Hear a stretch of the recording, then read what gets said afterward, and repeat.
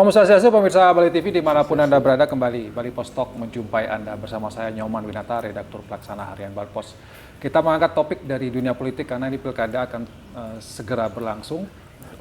Bali termasuk pasti akan melaksanakan pilkada. Kita wawancarai Ketua DPD Golkar Bali, Bapak Dr. Sugao Khoury. Kita langsung sapa narasumber kita. Om Swastiastu, Pak Ketua. Swastiastu, Pak Iman. Gimana kabar, sehat ya? Sehat. Tetap semangat. Agak sedikit flu. Sedikit flu ya. Tapi tetap semangat ya Pak Ketua? Iya, tetap semangat. Tetap mengantar dan ya, sedikit tentang Pilpres sudah selesai ya? Sudah. Pilpres sudah selesai, apapun hasilnya, mudah-mudahan tetap semangat. Bagaimana persiapan menghadapi pilkada serentak? Ya memang tahapan lebih lanjut dari proses pemilu ini setelah pileg dan pilpres, kita akan masuk nanti segera proses pilkada serentak. Termasuk di Bali ada pemilihan gubernur, bupati, wakil bupati, wali kota, wakil kota, 9 kabupaten dan 1 kota. Jadi 8 kabupaten, 1 kota. Dan ini memang proses harus sudah berjalan. Dan oleh karena demikian kami di Partai Golkar sudah mempersiapkan diri, melakukan inventarisasi, kader-kader yang siap untuk maju, kemudian juga yang siap untuk segera kita laksanakan survei. Karena memang di internal Golkar itu kita akan adakan survei terlebih dahulu. Dari hasil inilah nanti proses kelembagaan di Partai Golkar dijalankan. Jadi akan didahului oleh survei. Ya. Survei internal atau melibatkan pihak luar biasanya? Internal, jadi ditunjuk oleh DPP, lembaga profesional. Lembaga profesional. Ada lembaga profesional yang ditunjuk oleh DPP dan ya kita berharap itu hasil yang murni. Jadi bukan direkayasa karena kita ingin tahu kekuatan real. Apakah akan mendahulukan kader atau ada orang luar Jadi kombinasi ya. Kombinasi ya. Jadi kalau misalnya non kader dia mau surveinya lebih tinggi dari kader signifikan, bisa jadi non kader. Tapi kalau kader kemudian surveinya dengan non kader selisihnya tipis-tipis saja, apalagi lebih tinggi kader ya otomatis mengutamakan kader lah kader, ya, Pak Ketua ya. Nah, bagaimana dengan koalisi? Apakah sudah ada pembicaraan-pembicaraan untuk di pilkada serentak ini dengan partai untuk lain? koalisi ya keinginan kami, ini kan menurut keinginan kami ya dari Partai Golkar bahwa kalau memungkinkan kami sudah komunikasi dengan teman-teman pimpinan partai Gerindra, Demokrat, termasuk juga pimpinan partai Nasdem. Kita mencoba untuk menyamakan pandangan. Mudah-mudahan apa yang terjadi dalam koalisi Indonesia Maju itu di tingkat nasional juga bisa dibumikan di Bali. Sampai ke Bali. Ya. Targetnya, termasuk provinsi dan kabupaten. Targetnya apa Pak Ketua? Golkar menang di semua. Ya target kita berharap adalah perubahan yang terjadi melalui pilpres ini bisa nanti terwujud di pilgub maupun pemilihan bupati dan wali kota. Tetap optimis ya Pak Ketua ya akan Golkar ya, akan harus bisa sebagai petarung itu landasannya kan harus optimis. Jadi kalau tidak optimis ya jangan jadi petarung dong. Kan gitu. Baik, terkait dengan kita juga mendengar ya Pak Ketua juga akan maju nih di pilkada. Ya, ya Pak Ketua? Ya saya memang kita konfirmasi benar apa nggak Pak Ketua ini akan ya benar. Jadi saya memang diberikan surat penugasan oleh DPP untuk di provinsi maupun di kabupaten. Saya di Buleleng. Kemudian setelah ini kami lakukan komunikasi termasuk dengan kader-kader yang ada di Kabupaten Buleleng, dari desa, kecamatan, kemudian juga kabupaten, dari fraksi. Jadi akhirnya saya memang meletakkan harapan itu untuk ikut di pemilihan bupati di Kabupaten Buleleng. Jadi memang positif akan. Tapi ada prosesnya nanti Pak Ketua. Ya, sudah mendapatkan rekomendasi dari DPP. Ya kita ikut berproses survei. Tapi rekomendasi belum keluar ya Pak? Belum. Nanti survei ini, kemudian ini yang akan menjadi dasar pertimbangan. Jadi untuk DPP. Nah, kami kenapa saya lebih memilih di Kabupaten Buleleng karena saya melihat memang satu ini adalah keinginan kader. Kami diundang kira-kira 10 hari yang lalu dari seluruh pimpinan desa, kemudian juga seluruh pimpinan kecamatan, kemudian organisasi kader Partai Golkar, fraksi yang ada, baik yang terpilih maupun yang tidak terpilih, termasuk pengurus kabupaten. Mereka secara utuh meminta, menugaskan kepada saya untuk bersedia menjadi calon bupati di Buleleng. Jadi berdasarkan hal tersebut, kami juga tidak serta-merta menerima, tetapi kami juga bertanya balik kepada mereka-mereka, ya kalau mengusulkan siap nggak memberikan dukungan maksimal dengan ikhlas. Karena kalau untuk Golkar saja mungkin tidak cukup untuk kalau kita ingin mencapai kemenangan. Tapi kalau semua bekerja maksimal, bergotong royong, kemudian juga mengembangkan kepada unsur-unsur masyarakat yang lain, saya yakin akan ada harapan. Harapan itu apa ya? Saya melihat bahwa Buleleng itu secara historis adalah daerah yang paling cepat menerima perubahan dibandingkan dengan kabupaten yang lain dalam segala hal, termasuk di bidang politik. Nah kemudian kita lihat Pilpres ya, Pilpres 2024 kemarin, ternyata betul perubahan itu sudah disambut dengan baik di Buleleng dengan kemenangan Prabowo Gibran. Padahal kita tahu bahwa kekuatan PDIP yang mengusung Ganjar Mahfud ini kan cukup signifikan di Bali. Tapi kenyataannya di seluruh Bali itu hanya kecuali Tabanan ya, itu Prabowo Gibran menang. Berarti masyarakat memberikan harapan dan peluang untuk perubahan ke depan dalam sisi politik, termasuk di Buleleng ini. Kemudian yang kedua yang menjadi dasar pertimbangan kami adalah saya membaca Buleleng dalam angka ya, data-data indeks pembangunan manusia, pendapatan per kapita, tingkat kemiskinan, tingkat kesenjangan Gini ratio, kemudian juga tingkat pengangguran, pendapatan asli daerah, itu Buleleng 25 tahun, ya, 25 tahun ya, sudah dilakukan pembangunan sejak reformasi tahun 99, posisinya hampir tidak berubah dibandingkan dengan kabupaten yang lain. Jadi tetap berada di bawah Badung, di bawah Denpasar, di bawah Gianyar, bahkan di bawah Tabanan. Apakah di Buleleng itu tidak dilakukan pembangunan oleh para bupati atau pemimpin yang sebelumnya? Dilakukan. Tetap dilakukan dengan cara-cara masing-masing. Tetapi faktanya adalah kemajuan yang dicapai oleh masyarakat Buleleng tidak signifikan dibandingkan juga kemajuan yang lain, kabupaten yang lain. Terbukti kita masih tetap berada pada urutan-urutan seperti tadi dari berbagai indikator pembangunan. Oleh karena demikian, karena kalau secara historis Buleleng kan pernah menjadi daerah termaju di Bali ini tahun 60-an. Oh iya, pernah menjadi daerah termaju. Banyak daerah lain itu dari Gianyar, dari Kelungkung, Karangasem, itu mencari kerjanya ke Buleleng. Pusat kegiatan ekspor itu dari Buleleng. Tahun 60-an sapi, ya, kemudian babi, kopi, itu semua kegiatan ekonomi. Pusat pendidikan itu di Buleleng. Betul. Jadi artinya secara historis Buleleng pernah berjaya, tetapi secara lambat laun akhirnya semakin terpuruk. Kemudian setelah reformasi juga terjadi pergantian kepemimpinan ya, ternyata juga tidak mengangkat. Buleleng tetap ada pada posisi di bawah Bandung, di bawah Denpasar, di bawah Gianyar, di bawah Tabanan. Oleh karena itu inilah yang menjadi tantangan bagi saya sebagai seorang warga masyarakat jengah kita harus kembalikan rasa jengah, didihin jengah masyarakat Buleleng untuk bisa tampil lagi sebagai leader di Bali ini. Jadi mengusung semangat perubahan Buleleng yang lebih baik. Ya, terlebih-lebih kesempatan untuk itu mulai terbuka dalam artian keinginan masyarakat sudah mulai melakukan perubahan. Oh, jadi Bang Kota sudah membaca situasi bahwa masyarakat Buleleng ingin ada perubahan sebenarnya. Ya, Perubahan kepemimpinan. sudah terbukti kan dengan kemenangan Prabowo Gibran.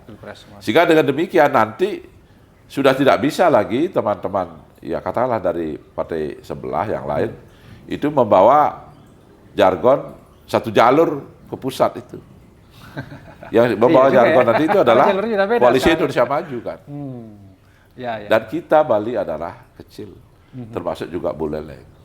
Mau tidak mau kita, pembangunan kita harus integrated dengan kekuatan nasional.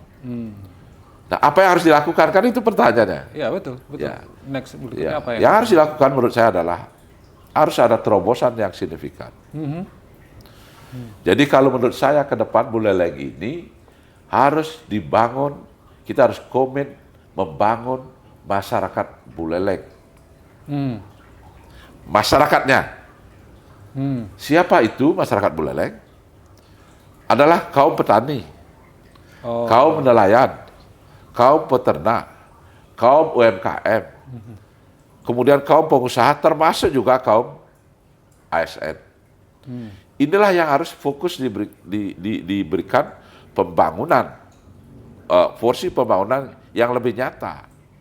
Nah, yang kedua, ya itu harus komit membangun masyarakat Buleleng. Yang kedua, sebagai pemimpin yang terpilih misalnya, seperti saya, harus berani meletakkan, tidak menempatkan kepentingan jabatan kedua, periode kedua sebagai panglima. Karena apa? Kalau kita menempatkan itu, dan selama ini dilakukan itu akan kita program-program kita yang lakukan adalah program yang cepat mendapat tepuk tangan. Oh iya, oke. Walaupun itu tidak terkait langsung dengan kepentingan pemerintah. Jadi yang ketiga, harus diberikan jaminan, harus diberi kepastian bahwa pembangunan di Buleleng ini harus bebas korupsi, kolusi dan nepotisme. Jadi kalau saya itu tiga itu saja yang kami akan tawarkan, dan masing-masing kan bisa diperinci. Nah, kalau membangun masyarakat Buleleng, misalnya dari sektor pertanian, apa yang harus dilakukan? Petani di Buleleng ini ada kurang lebih 34-35% masyarakat Buleleng tergantung di sektor pertanian. Mungkin lebih. Jadi ini besar, harus diperhatikan. Nah, selama ini mereka tidak dibangun secara utuh. Terhadap apa? Terhadap kepentingannya. Apa kepentingan masyarakat petani? Kepentingan petani adalah bagaimana mereka, ongkos produksi mereka harus bisa lebih rendah dibandingkan harga jual produknya. Jadi harga ongkos produksi lebih rendah, kemudian harga jualnya lebih tinggi sehingga ada selisih. Inilah letak kesejahteraannya. Gimana caranya? Pemerintah harus ikut serta di sana. Agus terjun. Nah, misalnya caranya menekan ongkos produksi apa? Ya kita cek apa itu ongkos produksi petani. Salah satunya terbesar kan pupuk dan obat-obatan, saprodi. Pupuk petani harus dikasih secara gratis. Wah, mungkin enggak? Mungkin enggak? Kalau menurut Pak Nyoman, mungkin enggak? Mungkin, tapi agak susah nih, perlu orang yang berpikir lebih, ada terobosan. Harus ada cara terobosan. Caranya apa? Kita akan gerakkan seluruh BUMDes di seluruh Bali ini itu ya? untuk bergerak membuat pupuk kompos dengan memanfaatkan sampah dan sebagainya di masing-masing desa. Ini mesinnya harus disiapkan oleh pemerintah, tenaganya kalian harus dididik, diberikan pendidikan untuk sertifikasi. Nah, produknya ini kita hitung harga pokoknya. Satu kampil misalnya 20.000. BUMDes menghasilkan itu. Dia jual kepada perusahaan daerah. Berapa? Kasih selisih 5.000, 25.000. Ditampung oleh perusahaan daerah. Dibikin tempat penampungan, apa per kabupaten, atau per wilayah, barat, tengah, timur, atau per kecamatan. Kemudian setelah itu, perusahaan daerah diberikan keuntungan, misalnya 5.000, misalnya, menjadi 30.000, dibeli oleh pemerintah. Pemerintah gratiskan kepada masyarakat. Nah kalau pupuk kimia gimana? Kalau pupuk kimia ini memang mahal. Subsidi oleh pemerintah, tapi kita harus bisa menambah subsidi untuk mengurangi harga. Sehingga ongkos produksi mereka menjadi lebih rendah. Terus bagaimana agar nilai jual mereka bisa tinggi? Harga tinggi itu kalau permintaan banyak. Ya, betul. Kita harus membuka permintaan. Cara agar bisa permintaan banyak itu, petani harus didorong memproduksi produk yang laku di pasaran. Di pasaran itu lakunya yang mana? Laku untuk konsumsi, buah-buahan misalnya untuk rainan, konsumsi, laku untuk industri, pengolahan, laku untuk ekspor. Kalau ini terbuka, maka permintaan banyak, harga akan menjadi naik. Nah sekarang petani kan tidak memiliki pohon-pohon itu. Inilah peranan pemerintah. Pemerintah harus mempelajari, mengkaji di masing-masing wilayah apa yang cocok, dan berikan bibit terbaik gratis. Bibitnya gratis? Ya, oleh pemerintah, sehingga dia mau tanam. Oke. Sehingga dengan demikian, kenapa tidak menarik sebelumnya ini? Karena ini kan tidak cepat mendapat tepuk tangan, Pak. Benar juga ya. Ya. Karena petani itu perlu proses ya. Iya, tidak ada tepuk karena dia hasilnya 5 tahun. 5 tahun. Mungkin setelah pemilihan akan datang. Tapi bagi saya tidak. Saya tidak membutuhkan tepuk tangan itu. Tapi yang saya butuhkan adalah bagaimana petani. Yang kedua, kita harus mendorong petani itu menanam, memproduksi dalam skala usaha industri. Contoh, skala besar ya berarti ya? Contoh. Tanah petani itu kecil, mungkin di bawah 1 hektar. Tapi mereka juga tidak produktif semua. Ya, betul. Ada tanah kosong tidak ditanami. Di pang-pangan dekat-dekat pangkung itu tidak tanami. Ya ini harus diproduktifkan. Dekat pangkung tanam pohon aren, apokat, kualitas ekspor dan sebagainya. Jadi petani tidak bisa karena kalau dia beli mahal itu. Kita harus berani menyisihkan APBD untuk mendorong itu. Ya. Sampai akhirnya pada jumlah kualitas kapasitas produksi, kita undang investor untuk pengolahan buah ini. Kalau pasca panen. investor belum ada, kita dorong perusahaan daerah. Kalau investor ada, kita buka karpet merah. Sehingga bisa membuka akses pasar di sektor pengolahan. Kenapa durian kane sekarang tetap harganya mahal? Karena ada industrinya di Jawa.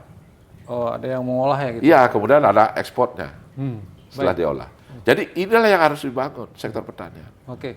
Jadi sehingga dengan demikian petani ini memang walaupun dalam jangka agak panjang ya, menengah 5 tahun ke atas, tetap kita lakukan walaupun tidak mendapat tepuk tangan segera. Jadi Pak Ketua siap ya kalau misalnya tidak mau seperti tadi tidak memikirkan periode kedua. Ya. Yang kedua tidak memikirkan bahwa apa yang kita lakukan melalui proyek. Ya. Kalau untuk petani kan ada proyek ini. Ya. Langsung pada petani. Baik. Kalau seperti apa yang diadukan Pak mantan gubernur dulu, JKBM, kemudian juga si Mantri, kan ada proyek langsung ke masyarakat. Saya akan adopsi, tapi lebih modern terkait dengan hal itu. Baik. Nah, begitu juga yang lain-lain, yang menjadi hak pelayanan masyarakat harus prioritas. Baik. Berarti Pak Ketua sudah memikirkan sampai sejauh itu ya, bagaimana nanti kalau sudah memimpin pelayanan. Tapi waktu kita terbatas Pak Ketua. Ya. Tapi luar biasa sudah memberikan visi ke depan akan yang kita catat ada perubahan. Lagi mungkin closing statement dari Pak Ketua untuk masyarakat Bali, masyarakat Buleleng menyambut pilkada nanti dari Ketua DPD Golkar. Silakan Pak Ketua. Kepada masyarakat Buleleng khususnya ini. Jadi kami memberikan apresiasi atas semangat warga masyarakat Buleleng untuk melakukan perubahan. Terbukti dengan kemenangan Prabowo Gibran. Dan memang kalau kita ingin membangun Buleleng kembali sebagai leading sektor, sebagai pemimpin daerah di Bali ini, sebagaimana tahun 60-an, kita harus berani melakukan perubahan dan terobosan. Dan saya, Titiang Nyoman Sugaukori, siap mengemban amanah itu. Sudah tentu melalui dukungan, doa, restu Ida Dane Sarang Sami di seluruh Kabupaten Buleleng.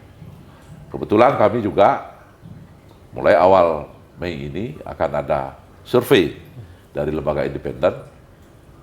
Tunjukkanlah dukungan itu untuk Nyoman Sugaukori. Jadi Citiang akan siap bersama-sama masyarakat Buleleng menuju perubahan yang lebih baik di Kabupaten Buleleng ini. Baik. Sukses. Terima kasih Pak Ketua Ya. atas semangatnya dan visi misinya ke depan buat Bali, buat Buleleng juga khususnya. Dan mudah-mudahan ini menjadi catatan penting buat kita menuju daerah yang lebih maju, lebih baik lagi ke depan. Demikian Bali Post Talk. Saya ucapkan terima kasih atas pertanyaannya. Saya tutup dengan Parmo Santi. Om Santi. Terima kasih, sampai jumpa.